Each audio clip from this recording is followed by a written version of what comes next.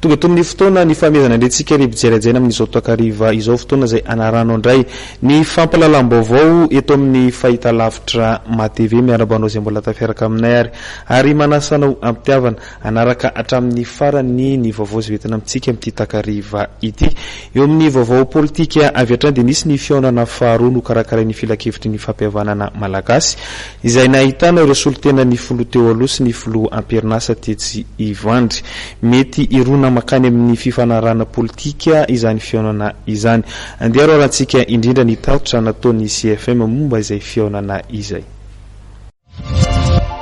ao anaty ezaka fampihavanana sahany dia nampiaonany filakevitry ny fampihavanana malagasy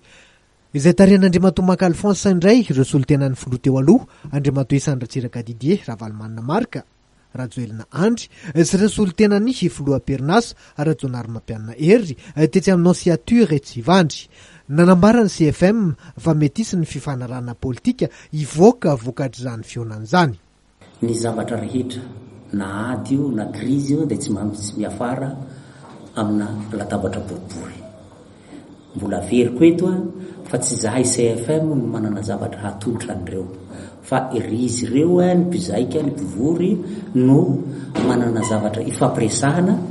dia ry zareo ny hamoaka an'izay zavatra marimaritra raisana ivoan'ny firenena ao anaty krizy zay zany fa ny anay zany dia nanamora ny fampihonana an'ireo ray aman-drenireo nanamora ny fampiresahana satria tsy maintsy amin'ny alalan'ny fampiresahana ihany no hahitantsika vahaolana amin'izao krizy misy eto amin'ny firenena ireo. Isy ny fiaonam-be na ny some izay aompana amin'ny fampionana ireo samy filoha ahafahana mamoaka sy mamolavola fehi-kevitra amahana izao olana menjady amin'ny firenena izao ho hiatrany ny CFM. Isy ihany koa ny filakevitra teknika andrindra izany zava ho azy fa atao ao amin'ny samy malagasy zany rehetra zany. Nidiniana nandritra ity fivorian'ity ihany koa ny isin'ny fifidianana mangarahara tsy misy fanavahana ary eken'ny rehetra.